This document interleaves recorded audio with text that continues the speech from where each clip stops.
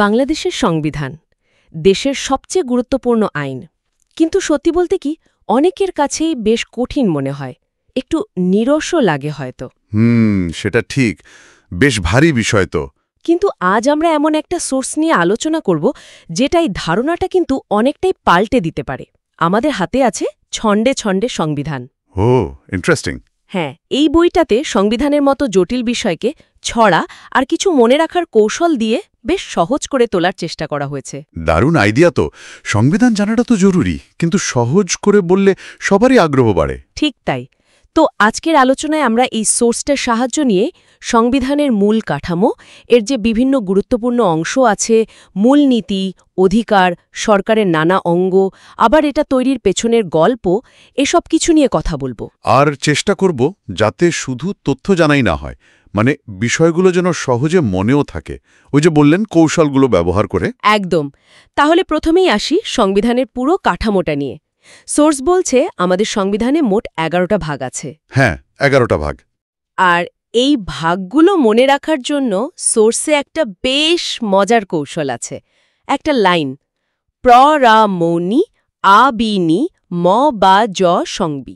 বাহ, এটা তো বেশ ছন্দময়। হ্যাঁ, তো এই যে সংক্ষিপ্ত রূপটা, মানে এটা আসলে কি বোঝাচ্ছে? এটা আসলে একটা মনে রাখার কৌশল, মানে যাকে বলে মেমোনিক। এখানে প্রত্যেকটা অক্ষর বা শব্দাংশ সংবিধানের একটা নির্দিষ্ট ভাগের বিষয়বস্তুকে ধরিয়ে দেয়। আচ্ছা, কিভাবে? যেমন ধরুন প্র দিয়ে শুরু। প্র মানে হলো প্রজাতন্ত্র, মানে দ্য রিপাবলিক। এটা হলো প্রথম ভাগ, অনুচ্ছেদ 1 থেকে 7। ওকে, প্রজাতন্ত্র। তারপর? এরপর রা। রা মানে রাষ্ট্র পরিচালনার মূলনীতি, fundamental principles of state policy. এটা দ্বিতীয় ভাগ, অনুচ্ছেদ 8 থেকে 25। রাষ্ট্র পরিচালনার মূলনীতি। তারপর মৌ মানে মৌলিক অধিকার বা ফান্ডামেন্টাল রাইটস, তৃতীয় ভাগ, অনুচ্ছেদ 26 থেকে 47 ক। মৌলিক অধিকার। আচ্ছা, এরপর? নি। হ্যাঁ। প্রথম নিটা হল নির্বাহী বিভাগ, দি এক্সিকিউটিভ, মানে সরকার পরিচালনার দায়িত্বে যারা আছেন। এটা চতুর্থ ভাগ, অনুচ্ছেদ 48 থেকে 64। বুঝেছি। তাহলে প্রথম 4টা ভাগ হল দেশের পরিচয়, রাষ্ট্রের আদর্শ, নাগরিকদের অধিকার আর নির্বাহী ক্ষমতা। একদম। এর পরের অংশটা কি ছিল? আ বি নি, তাই না? হ্যাঁ, আ বি নি। এখানে আ মানে হলো আইন বিভাগ, দ্য লেজিসলেচার, মানে আমাদের জাতীয় সংসদ। এটা পঞ্চম ভাগ, অনুচ্ছেদ 65 থেকে 93। আইন বিভাগ, যারা আইন তৈরি করে। ঠিক। তারপর বি। বি হলো বিচার বিভাগ, দ্য জুডিশিয়ারি, সুপ্রিম কোর্ট এবং অন্যান্য আদালত। ষষ্ঠ ভাগ, অনুচ্ছেদ 94 থেকে 117। বিচার বিভাগ। আচ্ছা, আর পরের নিটা? এই দ্বিতীয় নিটা হল নির্বাচন, ইলেকশনস। সপ্তম ভাগ, অনুচ্ছেদ 118 থেকে 126। এই তিনটি হল রাষ্ট্রের 3টি স্তম্ভ বলতে পারেন, আইন তৈরি, বিচার আর নির্বাচন। চমৎকার, দারুণভাবে ভাগ করা। আর একদম শেষের অংশটা, ম বা জ সং বি। হ্যাঁ, এখানে ম মানে মহা হিসাব নিরীক্ষক ও নিয়ন্ত্রক, কন্ট্রোলার অ্যান্ড অডিটর জেনারেল, রাষ্ট্রের আয় ব্যয়ের হিসাব রাখেন যিনি। অষ্টম ভাগ, অনুচ্ছেদ 127 থেকে 132। সরকারি অর্থের পাহারাদার। অনেকটা তাই। এরপর বা। বা মানে বাংলাদেশের কর্মবিভাগ, দ্য সার্ভিসেস অব বাংলাদেশ, মানে সরকারি চাকরি বা পাবলিক সার্ভিস। নবম ভাগ, অনুচ্ছেদ 133 থেকে 141। ওকে, সরকারি চাকরি। তারপর জ। এটা জরুরি বিধানাবলী বা এমার্জেন্সি প্রভিশনস। এটা একটা বিশেষ অংশ, নবম খ ভাগ, অনুচ্ছেদ 141 ক থেকে 141 গ। জরুরি অবস্থা সংক্রান্ত। হ্যাঁ, আর শেষে সং, মানে সংবিধান সংশোধন, অ্যামেন্ডমেন্ট অফ দ্য কনস্টিটিউশন, দশম ভাগ, অনুচ্ছেদ 142। মানে সংবিধান বদলানোর নিয়ম। ঠিক। আর একদম শেষে বি, মানে বিবিধ বা মিসলেনিয়াস, একাদশ ভাগ, অনুচ্ছেদ 153 থেকে 153। এখানে বাকি যা কিছু আছে। বাহ, এই একটা লাইনের কৌশলে তো পুরো সংবিধানের বিষয়বস্তুর একটা আউটলাইন পাওয়া যাচ্ছে। দারুণ। হ্যাঁ, এটা পুরো কাঠামোর একটা ধারণা দেয়। এবার যদি আমরা প্রথম ভাগে একটু যাই, প্রজাতন্ত্র, অনুচ্ছেদ 1 থেকে 7। এটার জন্য সোর্সে একটা মনে রাখার ক্যাপসুল আছে। তাই নাকি? কি সেটা? লাইনটা হলো, প্রজার সীমানায় রাষ্ট্রধর্ম, ভাষা, সঙ্গীত, প্রতীক, রাজধানী, নাগরিক, বাঙালি, প্রাধান্য সংবিধান অযোগ্য। বাহ, বেশ কাব্যিক তো। হুম তো এই লাইনটা ধরে এগোলে অনুচ্ছেদ ১ বলছে রাষ্ট্রের নাম গণপ্রজাতন্ত্রী Bangladesh, people's republic of Bangladesh. ঠিক। অনুচ্ছেদ ২ হল প্রজাতন্ত্রের রাষ্ট্রীয় সীমানা। হ্যাঁ, আর অনুচ্ছেদ ২ ক, এটা নিয়ে বেশ আলোচনা হয়। রাষ্ট্রধর্ম। ইসলামকে রাষ্ট্রধর্ম বলা হয়েছে, তবে অন্যান্য ধর্মের সমমর্যাদার কথাও কিন্তু আছে। এটা গুরুত্বপূর্ণ। আর অনুচ্ছেদ ৩ বলছে রাষ্ট্রধর্ম বাংলা। একদম। অনুচ্ছেদ ৪ হল আমাদের জাতীয় সঙ্গীত, মানে আমার সোনার বাংলার প্রথম ১০ লাইন। সাথে জাতীয় পতাকা আর প্রতীকেরও কথা আছে। জাতীয় সঙ্গীতটা তো রবীন্দ্রনাথ ঠাকুরের লেখা ১৯০৫ সালের বঙ্গভঙ্গের সময়কার। ঠিক ধরেছেন। এরপর অনুচ্ছেদ ৫ বলছে রাজধানী ঢাকা। অনুচ্ছেদ ৬(২) অনুযায়ী নাগরিকত্ব হল বাংলাদেশী। আর অনুচ্ছেদ ৭, আমার কাছে মনে হয় এটা সবচেয়ে গুরুত্বপূর্ণগুলোর একটা, সংবিধানের প্রাধান্য। অবশ্যই। সুপ্রিমেসি অফ কনস্টিটিউশন, এর মানে কি দাঁড়ায়? এর মানে হল সংবিধানই দেশের সর্বোচ্চ আইন। পার্লামেন্ট বা অন্য কেউ এমন কোনো আইন বানাতে পারবে না যার সংবিধানের সাথে মেলে না। যদি বানায় তাহলে সংবিধানের সাথে সাংঘর্ষিক অংশটুকু বাতিল হয়ে যাবে। একেবারে ঠিক। রাষ্ট্রের সব ক্ষমতার মালিক জনগণ, আর সেই ক্ষমতা প্রয়োগ হবে সংবিধান অনুযায়ী। এটাই প্রজাতন্ত্রের মূল ভিত্তি। একদম। আচ্ছা, এবার দ্বিতীয় ভাগে আসি, রাষ্ট্র পরিচালনার মূলনীতি। অনুচ্ছেদ ৮ থেকে ২৫, সোর্সে এটার জন্য মনে রাখার ট্যাবলেটের কথা বলা হয়েছে। কিন্তু এই মূলনীতিগুলোর তাৎপর্য কি? এগুলো কি মৌলিক অধিকারের মতো? না, ঠিক মৌলিক অধিকারের মতন নয়। মানে এগুলো সরাসরি আদালতের মাধ্যমে বলবৎ করা যায় না। আপনি বলতে পারেন না যে সরকার এটা করছে না তাই আমি কোর্টে গেলাম। তাহলে এগুলোর কাজ কি? এগুলো হলো রাষ্ট্রের আদর্শ। দেশ কোন পথে চলবে, সরকার কি অর্জনের চেষ্টা করবে, আইন বানানোর সময় কি মাথায় রাখবে, এগুলো তারই দিক নির্দেশনা। অনেকটা রাষ্ট্রের ন্যাভিগেশনাল কম্পাসের মতো। আচ্ছা, যেমন? যেমন ধরুন, অনুচ্ছেদ ৮-এ ৪টি মূলনীতির কথা বলা আছে। জাতীয়তাবাদ, সমাজতন্ত্র। তবে এখানকার সমাজতন্ত্র মানে কিন্তু পুরনো ধারণার সমাজতন্ত্র নয়, বরং অর্থনৈতিক ও সামাজিক ন্যায়বিচারের অর্থে ব্যবহার করা হয়েছে। ও আচ্ছা, বাকি দুটো? বাকি দুটো হল গণতন্ত্র আর ধর্মনিরপেক্ষতা। এই ৪টি হল রাষ্ট্রের মূল ভিত্তি। এগুলো তো রাষ্ট্রের চরিত্র ঠিক করে দেয়। ঠিক। আরও কিছু গুরুত্বপূর্ণ নীতি এখানে আছে, যেমন অনুচ্ছেদ ১১, গণতন্ত্র ও মানবাধিকারের নিশ্চয়তা। অনুচ্ছেদ ১৩-তে আছে মালিকানার নীতি, রাষ্ট্রীয়, সমবায়ী আর ব্যক্তিগত মালিকানা। অনুচ্ছেদ ১৪-তে কৃষক ও শ্রমিকের মুক্তির কথা আছে। হ্যাঁ, আর অনুচ্ছেদ ১৫ আমার মনে হয় খুব গুরুত্বপূর্ণ। রাষ্ট্রের অন্যতম প্রধান দায়িত্ব অন্ন, বস্ত্র, আশ্রয়, শিক্ষা ও চিকিৎসার মতো জীবনধারণের মৌলিক উপকরণের ব্যবস্থা করা। মানে বেসিক নিডস। এটা তো বিশাল দায়িত্ব। অবশ্যই। এরপর অনুচ্ছেদ ১৭-তে আছে অবৈতনিক ও বাধ্যতামূলক শিক্ষার কথা। ১৮(২)তে গণিকাবৃত্তি ও জুয়া খেলা বন্ধ করার কথা। আর সময়ের সাথে সাথে নতুন বিষয়ও যোগ হয়েছে। যেমন অনুচ্ছেদ ১৮ ক, পরিবেশ ও জীববৈচিত্র্য সংরক্ষণ ও উন্নয়ন। এটা তো এখন বিশ্বজুড়েই একটা বড় ইস্যু। ঠিক। তাহলে এগুলো হলো রাষ্ট্রের লক্ষ্য বা অ্যাসপিরেশনাল গোলস, যেগুলো অর্জনের জন্য রাষ্ট্র চেষ্টা করবে। একদম। এরপর আসি তৃতীয় ভাগে, মৌলিক অধিকার। অনুচ্ছেদ ২৬ থেকে ৪৭ ক। আগেরবার আমরা এটা নিয়ে বেশি বলিনি, কিন্তু এটা কিন্তু সংবিধানের হার্ট বলতে পারেন। কেন বলুন তো? কারণ এই অধিকারগুলো সরাসরি আদালতে বলবৎযোগ্য, মানে এনফোর্সেবল বাই কোর্ট।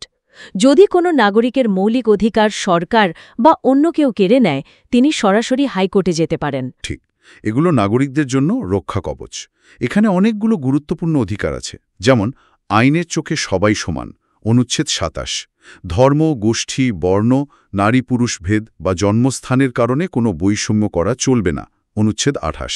সরকারি চাকরিতে সবার সমান সুযোগ, অনুচ্ছেদ ২৯। জীবন ও ব্যক্তি স্বাধীনতার অধিকার, অনুচ্ছেদ ৩২। এগুলো তো একদম বেসিক হিউম্যান রাইটস। অবশ্যই। আরও আছে, যেমন চলাফেরার স্বাধীনতা, অনুচ্ছেদ ৩৬। শান্তিপূর্ণভাবে একত্র হওয়ার স্বাধীনতা, অনুচ্ছেদ ৩৭। চিন্তা ও বিবেকের স্বাধীনতা, কথা বলার স্বাধীনতা, অনুচ্ছেদ ৩৯। এই অধিকারগুলোই কিন্তু একটা গণতান্ত্রিক রাষ্ট্রের পরিচয় বহন করে। এগুলো রাষ্ট্রের ক্ষমতার উপর একটা সীমা টেনে দেয়, নাগরিক হিসেবে আমাদের মর্যাদা রক্ষা করে। ঠিক। এবার আসি রাষ্ট্রের 3টি প্রধান অঙ্গের কথায়। চতুর্থ ভাগে তো নির্বাহী বিভাগ, মানে রাষ্ট্রপতি, প্রধানমন্ত্রী, মন্ত্রিসভা, যারা দেশ চালান। পঞ্চম ভাগে আছে আইন বিভাগ, অনুচ্ছেদ 65 থেকে 93, মানে আমাদের জাতীয় সংসদ। হ্যাঁ, জাতীয় সংসদ। এর প্রধান কাজ কি? সংসদের মূল কাজ তো আইন তৈরি করা। দেশের জন্য যা যা আইন দরকার সেগুলো সংসদ পাশ করে। অনুচ্ছেদ 65 বলছে এর নাম হবে জাতীয় সংসদ, আর এটা থাকবে রাজধানী ঢাকায়। আর আসন সংখ্যা? নির্বাচিত আসন 300টি, আর মহিলাদের জন্য সংরক্ষিত আসন আছে 50টি। মোট 350 জন সদস্য। সোর্সে তো সংসদ ভবন নিয়েও কিছু ইন্টারেস্টিং তথ্য ছিল।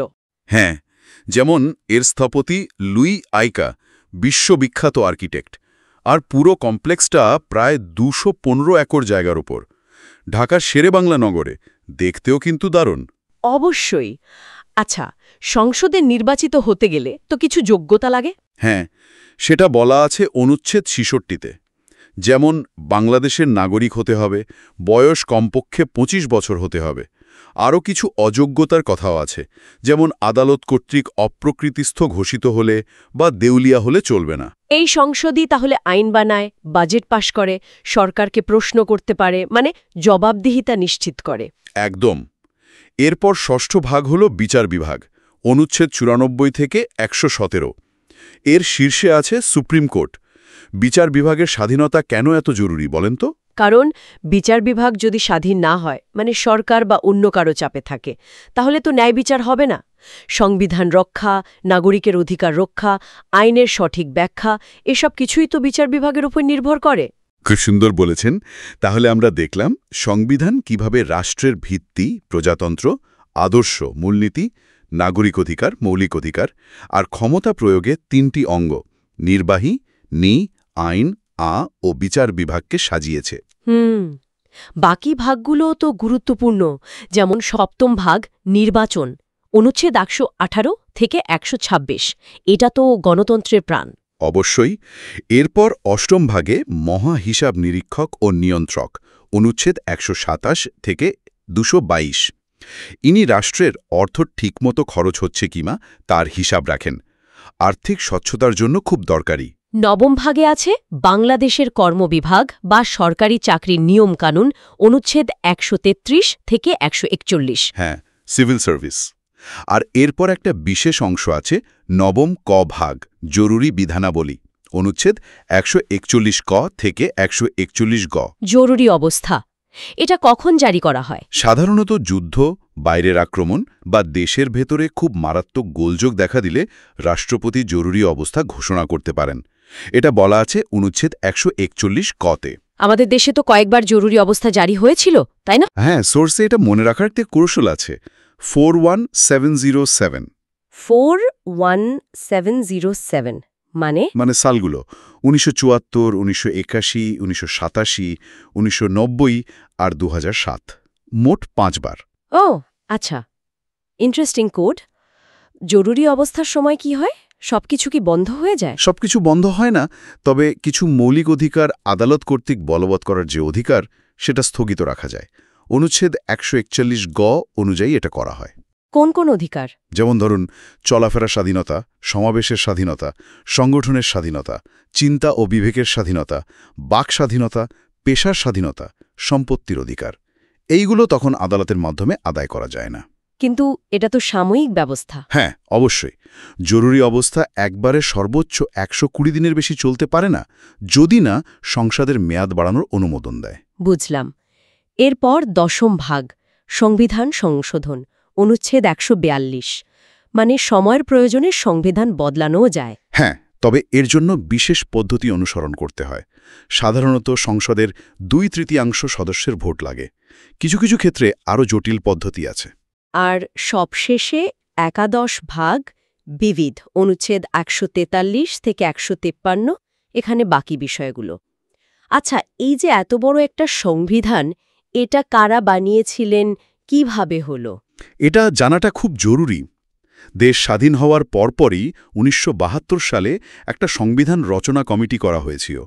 34 জন সদস্য ছিলেন সেখানে। 34 জন? হ্যাঁ, এর মধ্যে 33 জনই ছিলেন তৎকালীন ক্ষমতাসীন দল আওয়ামী লীগের, আর একজন ছিলেন বিরোধী দল থেকে ন্যাপ মুজাফফরের সুরঞ্জিত সেনগুপ্ত। ও, মাত্র একজন বিরোধী সদস্য। হ্যাঁ, আর এই কমিটির প্রধান ছিলেন ড কামাল হোসেন।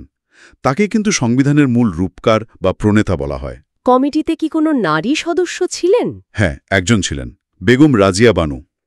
এই তথ্যটাও মনে রাখার মতো। অবশ্যই। আচ্ছা, সংবিধান তৈরির কাজটা কি অনেক সময় নিয়ে হয়েছিল? না, তুলনামূলকভাবে বেশ দ্রুতই হয়েছিল। সদ্য স্বাধীন একটা দেশের জন্য এটা কিন্তু বিরাট ব্যাপার। সোর্সের তারিখগুলো মনে রাখার একটা কৌশল আছে। ONDD। ONDD এটা কি? ও মানে অক্টোবর, N মানে নভেম্বর, আর দুটো ডি মানে ডিসেম্বর। আচ্ছা, এবার বলুন তারিখগুলো। খসড়া সংবিধান গণপরিষদে উত্থাপন করা হয় 1972 সালের 12ই অক্টোবর। অক্টোবর, ওকে। এটা গণপরিষদে গৃহীত হয় 4 নভেম্বর 1972 সাল। এই দিনটা এখন আমরা সংবিধান দিবস হিসাবে পালন করি। 4 নভেম্বর সংবিধান দিবস, মনে থাকবে। এরপর গণপরিষদের সদস্যরা এটাতে স্বাক্ষর করেন 14 ডিসেম্বর 1972। ডিসেম্বরের 14 তারিখ। আর সংবিধানটা কার্যকর হয়, মানে চালু হয় 16 ডিসেম্বর 1972, আমাদের বিজয় দিবসের দিন থেকে। বাহ, অক্টোবর থেকে ডিসেম্বর, মাত্র কয়েক মাসের মধ্যে। অসাধারণ কাজ। এই প্রক্রিয়ায় তো নিশ্চয়ই আরও অনেকে জড়িত ছিলেন। অবশ্যই। যেমন ধরুন, বঙ্গবন্ধু শেখ মুজিবুর রহমান অস্থায়ী সাংবিধানিক আদেশ জারি করেছিলেন, যার ভিত্তিতে গণপরিষদ গঠিত হয়। তৎকালীন রাষ্ট্রপতি বিচারপতি আবু সাইদ চৌধুরী গণপরিষদ আদেশ জারি করেন। আর গণপরিষদের স্পিকার কে ছিলেন? প্রথম অধিবেশনে সভাপতিত্ব করেছিলেন মাওলানা আব্দুর রশিদ তর্কবাগীশ। আর প্রথম স্পিকার নির্বাচিত হয়েছিলেন শাহ আব্দুল হামিদ। ডেপুটি স্পিকার ছিলেন মোহাম্মদ উল্লাহ। আরেকটা তথ্য, মূল সংবিধানটা নাকি হাতে লেখা হয়েছিল।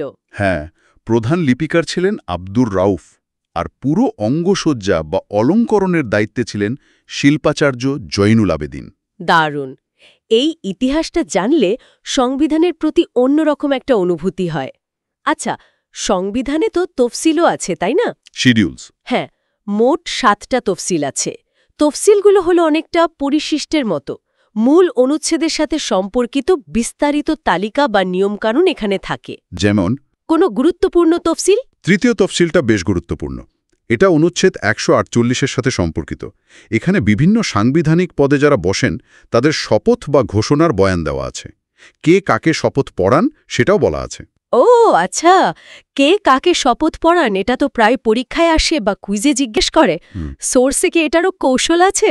হ্যাঁ, আছে। যেমন ধরুন, রাষ্ট্রপতিকে শপথ পড়ান কে? স্পিকার। রাষ্ট্রপতিকে স্পিকার, মনে রাখলাম। আর রাষ্ট্রপতি কিন্তু বেশ কয়েকজনকে শপথ পড়ান। প্রধানমন্ত্রী, অন্যান্য মন্ত্রী, প্রতিমন্ত্রী, উপমন্ত্রী, স্পিকার, ডেপুটি স্পিকার, প্রধান বিচারপতি। সোর্সের কৌশলটা হল, রাষ্ট্রপতি শপথ দেন, P prime minister, PM other ministers, S speaker, DS deputy speaker, CJ chief জাস্টিসকে। বাহ, PM SDS CJ। আচ্ছা, আর অন্য বিচারপতিদের বা এমপিদের? সুপ্রিম কোর্টের অন্যান্য বিচারপতিদের শপথ পড়ান প্রধান বিচারপতি, আর সংসদ সদস্যদের এমপিদের শপথ পড়ান স্পিকার। তাহলে স্পিকার শপথ পড়ান রাষ্ট্রপতিকে আর এমপিদের, আর প্রধান বিচারপতি শপথ পড়ান অন্য বিচারপতিদের। ঠিক। এই নিয়মগুলো জানা থাকলে রাষ্ট্রের আনুষ্ঠানিক কার্যক্রমগুলো বোঝা সহজ হয়। আসলেই সোর্সটাতে তো আরও কিছু ছোটখাটো কিন্তু কাজের তথ্য আছে, যেমন বিভিন্ন পদের বয়স সীমা বা কিছু সময়সীমা নিয়ে। হ্যাঁ, ওগুলো বেশ দরকারি। যেমন ধরুন, আমরা জানি ভোট দেওয়ার সর্বনিম্ন বয়স 18 বছর। আর সংসদে এমপি হতে গেলে কমপক্ষে 25 বছর। আবার ধরুন, সুপ্রিম কোর্টের বিচারপতিদের অবসরের বয়স হল 67 বছর। PSCর চেয়ারম্যান বা সদস্যদের 65 বছর। এগুলো জানা ভালো। সময়সীমা নিয়েও কিছু গুরুত্বপূর্ণ বিষয় আছে, যেমন সংসদের একটা অধিবেশন শেষ হওয়ার কতদিনের মধ্যে আরেকটা অধিবেশন ডাকতে হয়। সর্বোচ্চ 60 দিন বিরতি থাকতে পারে। 60 দিনের বেশি গ্যাপ থাকা যাবে না। আর কোনো এমপি যদি আসন শূন্য হয়, মানে মারা যান বা পদত্যাগ করেন, তাহলে 90 দিনের মধ্যে উপনির্বাচন করতে হবে। আচ্ছা, আর রাষ্ট্রপতি যদি কোনো বিল সাইন না করে ফেরত পাঠান, তাহলে 15 দিনের মধ্যে তাকে সিদ্ধান্ত জানাতে হয় হয় সাইন করবেন অথবা কেন করছেন না বা কি পরিবর্তন চান সেটা জানিয়ে সংসদে ফেরত পাঠাবেন। এই সময়সীমাগুলো আসলে নিশ্চিত করে যেন রাষ্ট্রীয় কাজগুলো একটা নিয়মের মধ্যে চলে, আটকে না থাকে। একদম, কোনো অচলাবস্থা যেন তৈরি না হয়। তাহলে দেখুন, এই আলোচনা থেকে আমরা সংবিধানের কাঠামো, এর মূলনীতি, নাগরিকদের মৌলিক অধিকার, সরকারের বিভিন্ন অঙ্গ মানে আইন, বিচার, নির্বাহী বিভাগ, তারপর সংবিধান তৈরির ইতিহাস, জরুরি অবস্থা, শপথ আর নানা রকম ব্যবহারিক তথ্য অনেক কিছুই কিন্তু জানতে পারলাম। হ্যাঁ, আর ছন্দে ছন্দে সংবিধান সোর্সটার কৌশলগুলো ব্যবহার করাতে বিষয়গুলো মনে রাখাটাও বেশ সহজ হলো। এটাই আলোচনা থেকে এটা স্পষ্ট যে সংবিধান আসলে শুধু একটা আইনের বই না, এটা একটা দেশের দর্শন, তার কাঠামো আর সবচেয়ে বড় কথা জনগণের অধিকারের দলিল। আর এর মূল বিষয়গুলো জানা কিন্তু প্রত্যেক নাগরিকের জন্যই জরুরি, শুধু পরীক্ষার জন্য নয়, নিজের অধিকার আর দেশের শাসন ব্যবস্থা সম্পর্কে জানার জন্য। ঠিক বলেছেন। সবশেষে একটা প্রশ্ন রেখে যাই, কি বলেন? হ্যাঁ, বলুন। আমরা দেখলাম সংবিধানের 10ম ভাগে মানে 142 অনুচ্ছেদে এটা সংশোধনের ব্যবস্থা আছে। সময় বদলায়, সমাজের চাহিদা বদলায়, নতুন নতুন চ্যালেঞ্জ আসে। তো সংবিধানকে তো একটা জীবন্ত দলিল বলা হয়, মানে লিভিং ডকুমেন্ট। ভবিষ্যতে বাংলাদেশের প্রেক্ষাপটে সংবিধানের মূল কাঠামো ঠিক রেখে এমন কোনো পরিবর্তন বা সংযোজনের কথা কি ভাবা যায় যা এটাকে আরও যুগোপযোগী, আরও জনকল্যাণমুখী করে তুলবে? এ নিয়ে কি কোনো আলোচনা হওয়া উচিত? এটা খুবই গুরুত্বপূর্ণ একটা প্রশ্ন। সংবিধান কিন্তু পুরোপুরি পাথরে খোদাই করা কোনো নিয়ম নয়। এর অভিযোজন ক্ষমতা মানে অ্যাডাপ্ট করার ক্ষমতা আছে বলেই এটা টিকে থাকে। সময়ের প্রয়োজনে কিভাবে একে আরও কার্যকর করা যায় তা নিয়ে আলোচনা, বিতর্ক এগুলো তো সুস্থ গণতন্ত্রের লক্ষণ। আপনার এই প্রশ্নটা শ্রোতাদেরও নিশ্চয়ই ভাবাবে। আশা করি। তো আজকের মতো এখানেই শেষ করি। বাংলাদেশের সংবিধান নিয়ে আমাদের এই আলোচনা আশা করি সবার ভালো লেগেছে এবং কিছুটা হলেও কাজে আসবে। অবশ্যই। ধন্যবাদ।